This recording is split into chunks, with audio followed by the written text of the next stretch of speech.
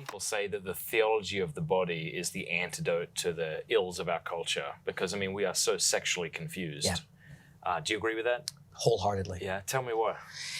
Yeah, so this is another thing I love about the format here is to dig deep. Yeah, Usually right. in an hour and 2 Yeah. hours or a day, you say something like that just to sort of be the provocateur of people. You should really listen because this is the antidote for everything, right? Yeah.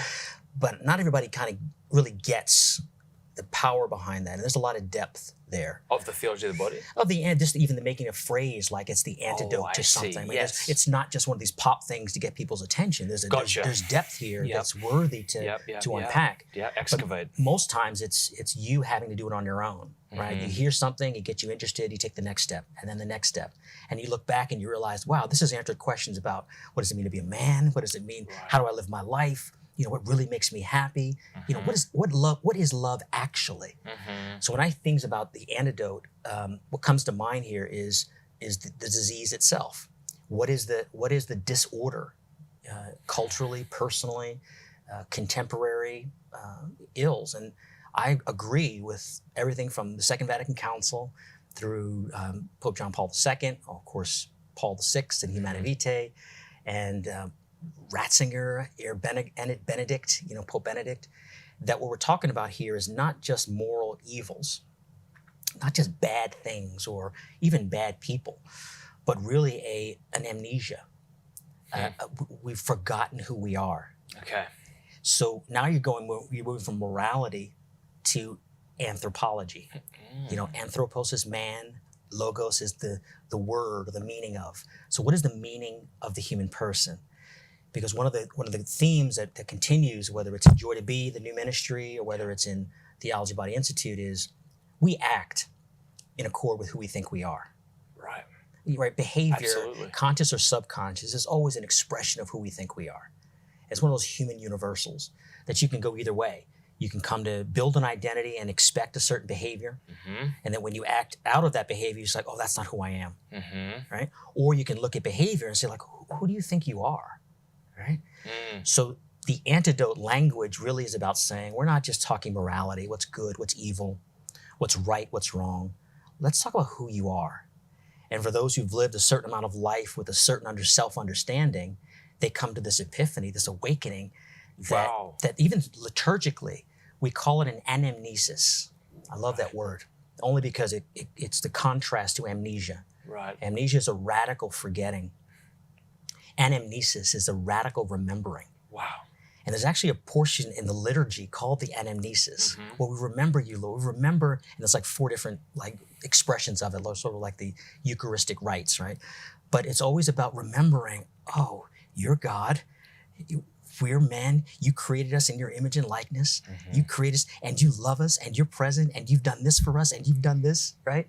It's the Jews do it when they talk about everything that God has done, right? Recounting it would have been enough. Of the Lord. That's it. So that anamnesis that is really the core of what I think the theology of the body can offer. But like any teaching, it's static, it's abstract, it's conceptual until you actually experience it, or until somebody actually answers the questions that you're asking, right? Great phrase that I use all the time. It says, there's nothing less credible than the answer to a question you haven't asked. So we say, Jesus is the answer. Jesus is the answer. People are like, what the hell's the question? Yeah. I mean, they're not saying that, but it's sort of like, oh, there goes the crazy Christians again.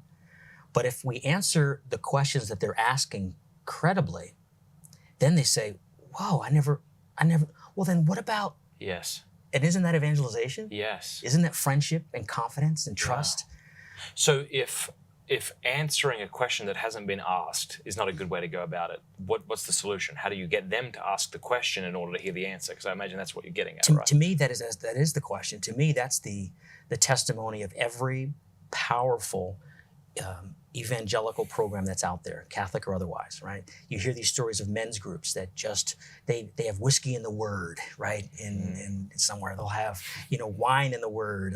Their chances pints with the, seriously, what you're doing online is it, right? You build community, which means you have people interacting with each other. You have people that are just hanging out. Barbecue is probably the strongest evangelical locus than even churches and parishes these days, right? That's funny, yeah. How many times you sit around with a beer on 4th of July, Labor Day, Memorial Day, and people that you may see once, twice a year, including your neighbors, and all of a sudden it comes up, man, my kid is ticking me off. Right. You just got this door open to talk, hey, what's going on? Hey, I saw this was the other day. Is everything all right? Oh, man, this is this. So that's hearing and listening. It's seeing where the points of either crisis or of delight, something great could be going on in their lives, and they're trying to find out, what does this mean? What does it mean that I got this right when I needed it? This raise came in, or my wife lost her job, and then the next day I got this promotion I wasn't expecting, and he's saying serendipity, and you're like, no, that's the Holy Spirit. And even just making that comment, they go, oh, yeah, I figured you'd say that. Guy. Yeah, I figured you'd say that because you're in ministry, right? I love the point you made that it's not about morality, it's about anthropology. That it goes to the basis. It's not about what you do, it's about who you are. Because, if we've forgotten who we are and people are telling us how we ought to behave and we don't know who we are, then behaving in a certain way or another way doesn't necessarily mean anything. Or makes sense. Was it the First or Second Vatican Council that said when God is forgotten, the human creature becomes unintelligible? Yes. Man becomes unintelligible. Yes, that would be Second Vatican, yeah. Is that right? Second Vatican Council. Yeah, we're unintelligible. Like, what am I? So one of the things I love about that is that it's not new theology. It's not new philosophy. What it is a reordering of what is in our tradition. And I love the description of the Second Vatican Council, 1962 to 1965, as being this place of a subjective turn, where a turn to the subject, a turn to the person, to the I, saying we've got all this beautiful theology and philosophy, and we've talked since the scholastic period of the very objective terms. This is this, right? And our logic in the church teachings is very deductive. This, therefore that. And the conclusions are always very principled. This always is, right? And if you don't believe it, then, anathema sit. You are condemned. So very objective, very deductive, very principled. And it's really recognizing that as an expression of the deposit of faith as opposed to the deposit of the faith itself. So you read a document from, 1850 on the use of, infertile periods for couples to avoid pregnancy, right? And you see things written very objectively, very deductive, very principled. True. And I think that way, so I'm right at home with it, right? And again, engineer. But that's not the deposit of faith. It's the way we choose to express it so that the world can hear it, what is good and true and beautiful. Second Vatican Council really, if you want to put a wrap around it, was this subjective turn where it says, yes, there is objective, deductive, and principle, but the world doesn't think objectively anymore. I mean, it's a whole other conversation about post-World War II. What was the culture like after 2 world wars in 2 generations? Interesting. And the baby boom. Have some water. Thank you. The American dream and house for everyone and kids and all this type of thing. What was the approach? It wasn't an objective. It was very subjective. This is what I want. It's about, my flourishing. The logic was not very deductive, this, therefore, that, right? It's suffocating and it's powerful, but it doesn't move people's hearts. Now people are very inductive in the logic. And I'm not just throwing words around here. No, it's interesting because, even when you look at arguments for the existence of God throughout church history, you don't find arguments from morality or from my experience of beauty or from my experience of a desire that cannot be attained until relatively recently, Yeah, and that's acknowledging that at each of these points, there are differences in, revelation and the understanding of revelation, but also the culture. Who are you talking to and how do they receive information, right? Yeah. The mode of the receiver. You receive into the mode that you're able to receive, however that's phrased.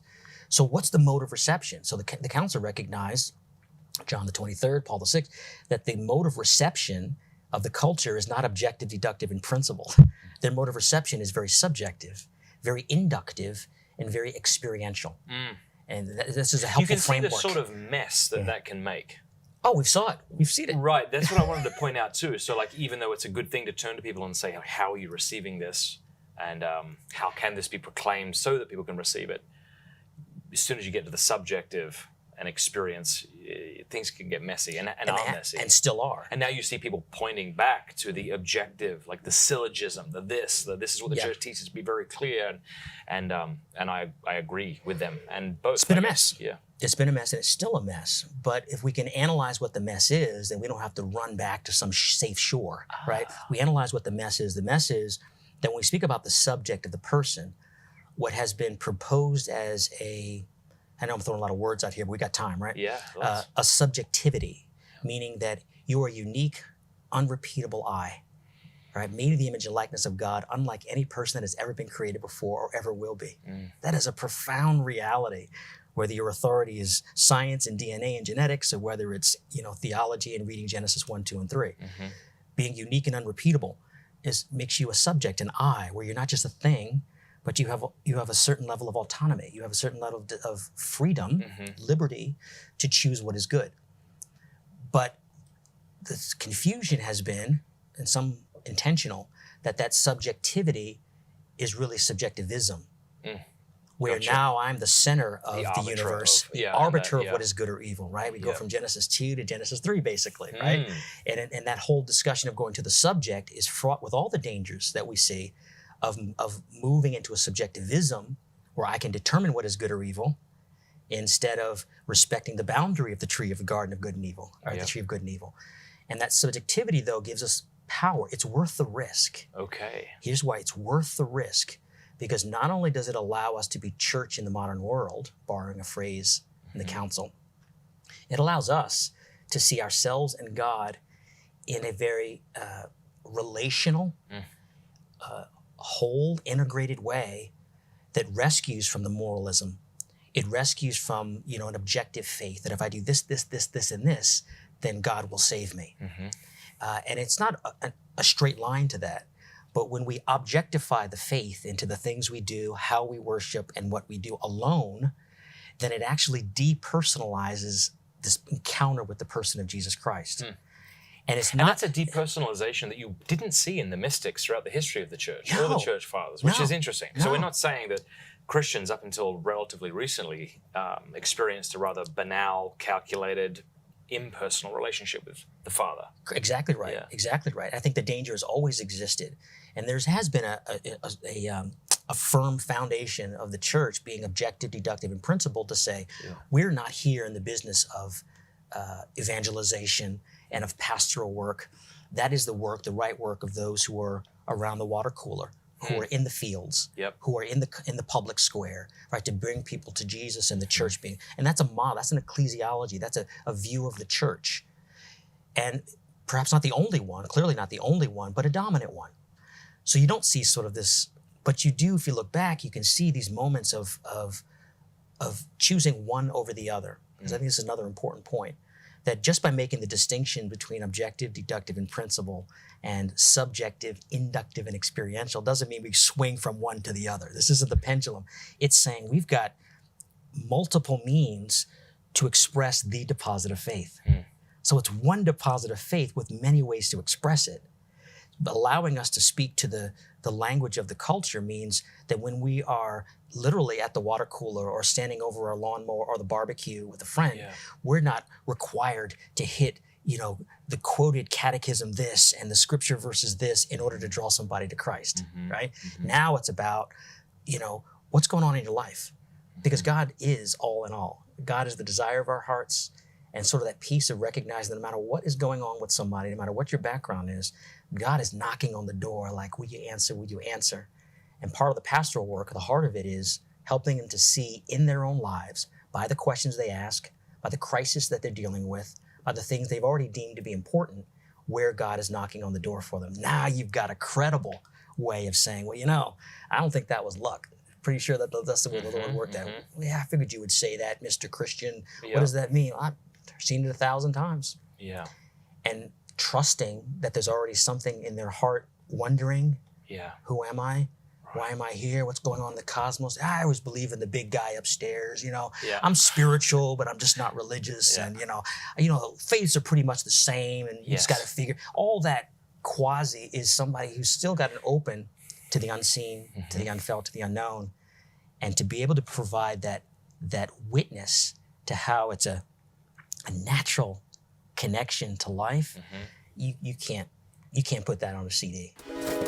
Yo, thanks for watching. You can watch the entire episode on YouTube if you want. You can listen to it at The Matt Fradd Show by subscribing on iTunes or wherever you listen to your podcasts.